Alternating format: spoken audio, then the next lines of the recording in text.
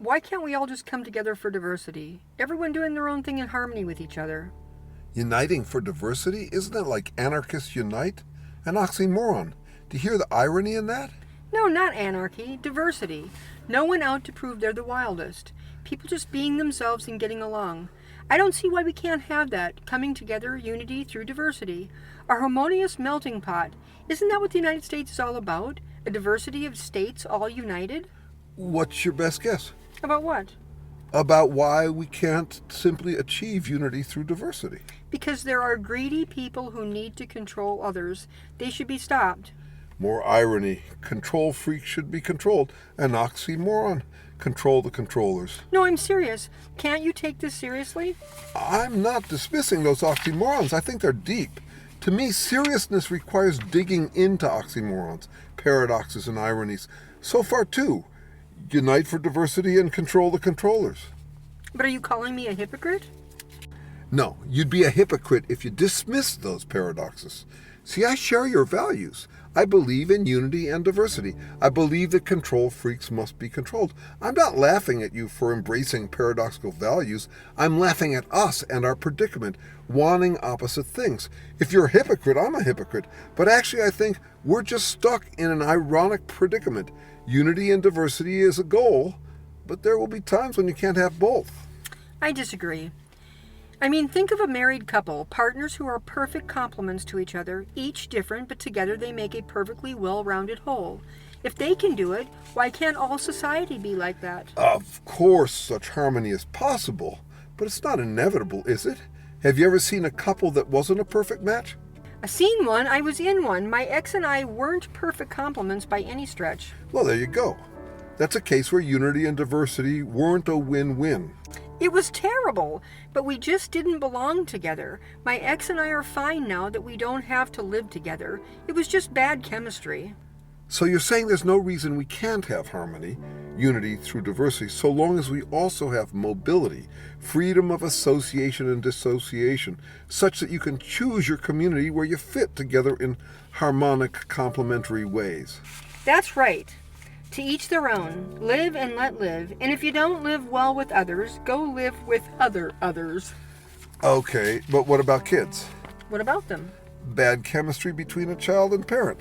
Neither has mobility, right? They can't just move on. Yes, well, there will be exceptions, but... I wonder how much of an exception that really is. Lots of people don't have mobility, and anyway, there are lots of children trapped in oppressive, even torturous families. See, that's the thing. We have to stop the oppression. Control the controllers? It doesn't have to be negative. How do you mean? I mean, you can show control freaks that they'll be happier if they aren't controlling. Do you mean that? Do you believe that all control freaks would be happier if they weren't control freaks? Well, they should be. I didn't ask whether they should be. I asked whether they really would be. My ex was a control freak. Did he think you were? Yes, but really, he was. Well, you've already explained this, right? Bad chemistry. You were incompatible, so you tried to make each other conform to what you each wanted. When that didn't work, you broke up, and now you don't have to control each other. You can live in harmony elsewhere. Right. That's right. Okay, so back when you were coupled, could you convince him he'd be happier not trying to control you? I tried, but you're right. It didn't convince him. And I bet he tried to convince you you'd be happier not controlling him. Yes, and it didn't work. Right, so we're back to live and let live elsewhere. When the diversity doesn't yield harmony, just separate. Mobility makes harmony possible. That's right. Freedom of association in dissociation. And we're also back to the problem of where that can't work, like with children whose parents are really incompatible and the kids can't get away. And whether that's an exception, because sometimes divorce is impossible. Including the United States. Right. You can't easily divorce your citizenship. The French Revolution had liberté, fraternité, égalité. We have diversity, unity, and mobility. Nice. But we weren't sure how far we could go with mobility. You weren't sure. I was thinking children were the exception. Perhaps, because once you're of an age, you can legally travel. Not always, but it should be possible to make freedom of mobility a basic human right. Then we really could have diversity and unity. Well, yes, let's talk about that. Is mobility getting easier? It seems to be. Cheap tickets to anywhere. True. These days we can go farther faster. But there's another side to mobility. You know those scenes in action movies? The bomb has exploded or the wave is coming and the hero is racing to stay one step ahead of it? Sure, and? And so it's not just how far or fast you can go, but how far or fast what you're running from is catching up. Oh, I think I see what you're getting at. Take cars. They make us more mobile, but they also add to the climate crisis. So yes, we can drive away from each other, and yet we can't because we're driving up CO2 levels worldwide. That's right. Live and let live is actually getting harder now that we all have to live with the consequences of each other's behavior across greater distances. And climate crisis will make lots of places uninhabitable, which will lead to a rise in immigration and laws to control it. And less mobility. That's why we have to come together to solve these global problems. Unity. Indeed, unity, but through diversity? Well, yes, to adapt to a changing world, we're going to need a lot of brainstorming diversity. Desperate times, desperate measures. No idea too weird. All diversity?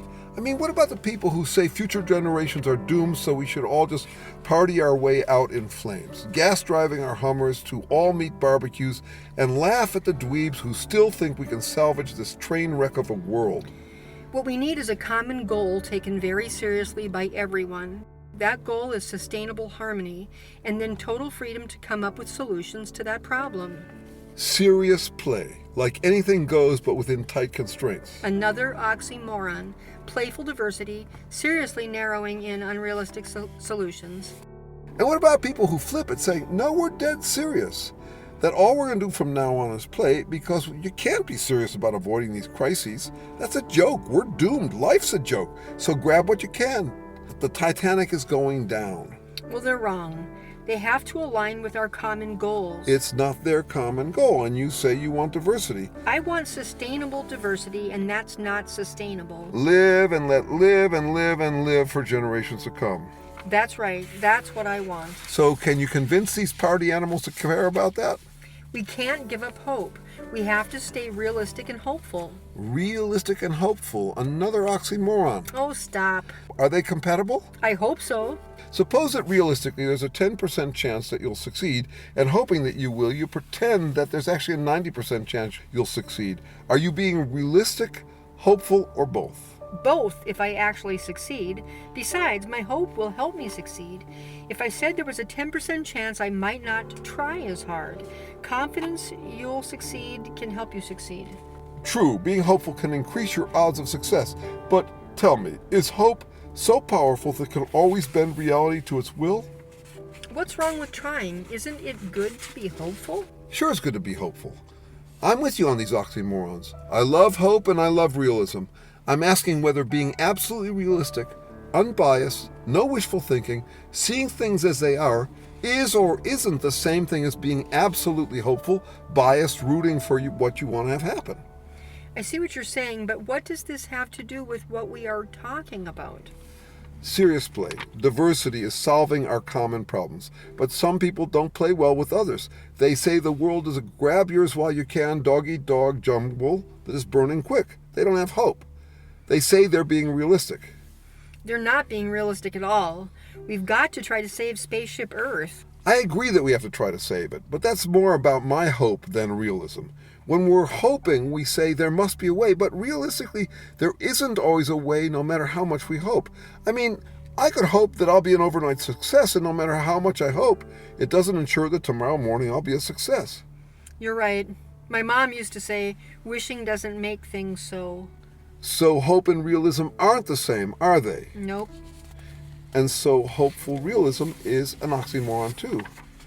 No, I see your point. I get it. Hope and realism don't necessarily go hand in hand. They can, just like marriage can be perfect unity through diversity. But that doesn't mean it always is. Sure, it's possible to get a win-win, but it's not guaranteed. There can be realistic good news, and there can be true unity and true diversity. Still, you can't count on all cases being win-wins. There are going to be trade-offs, either realism or hope, either unity or diversity. And mobility isn't enough to handle these cases of incompatibility, right? We can't just walk away from each other. The speed at which our influence expands exceeds the rate at which we can run away from each other. Running away from a bad influence can be like trying to outrun a nuke. No wonder you give us a 10% chance of success. I don't. I'm just saying. I'm kidding you. I'm glad you brought that up. Let's talk about kidding ourselves. How do you mean? Unity and liberty, right? And why? Because they're both good. So maybe we should just kid ourselves and say, no, there's always a win-win.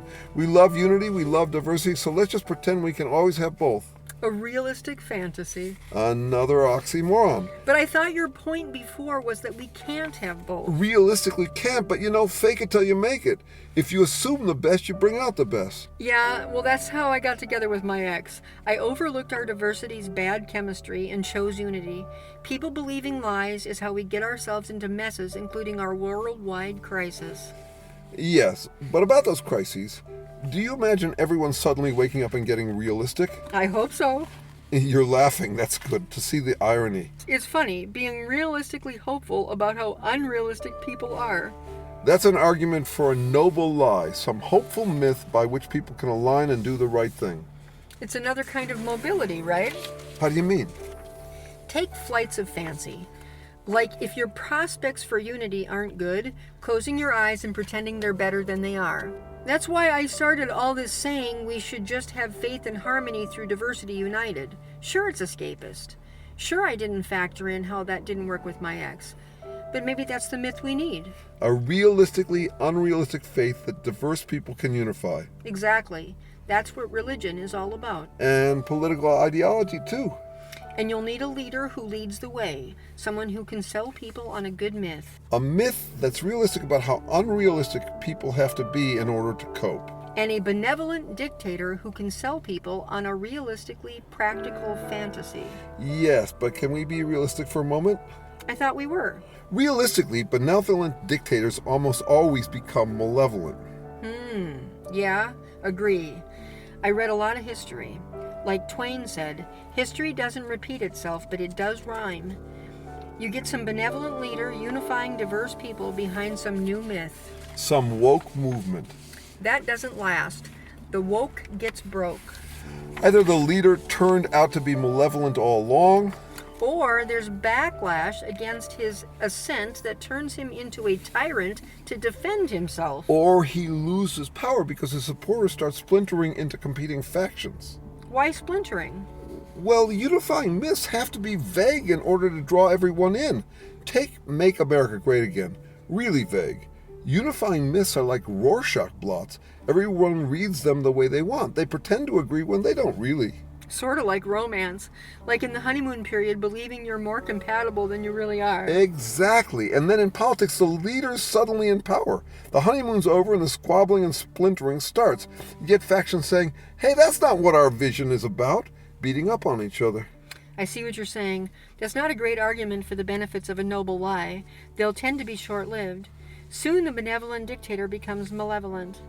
Soon the noble lie becomes ignoble, and the dream becomes a nightmare. But what's the alternative? Everyone waking up and getting real? That would be better. Better, maybe. It's hard. Reality is not some clear writing on the wall read the same by everyone. And reading it is going to be way more disappointing for some than for others. Explain. Well, here, imagine this. The city government realized that it has to prepare better for earthquakes. So there are new building standards for building foundations. Everyone has to conform because when the big one comes, houses that fall cause trouble for everyone. Everyone has to get their foundations in order. But the realistic standards are way harder on some than others.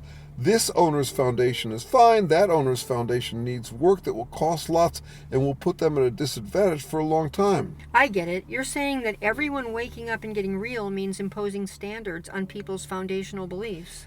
Right. There are people whose foundational assumptions are cracked beyond repair. They've bought into some noble lie that's making a mess of things, and you're going to go tell them they have to go through more changes than everyone else in order to get their foundations in order? And they'll get furious. They'll dig in their heels on their cracked foundations. Yes, they'll say it's unfair, it imposes way more challenge on them than others. Are we getting anywhere at all? A solution? No. But look at all the oxymorons we've collected. Unite for anarchy, control the control freaks, serious play, realistic hope, noble lies, realistically unrealistic myths. But for all that, no easy win-win solution for unity and freedom. No, but I think inventorying the paradoxes is fruitful, even if we can't resolve it. Another paradox, a fruitful exercise in futility. Exactly.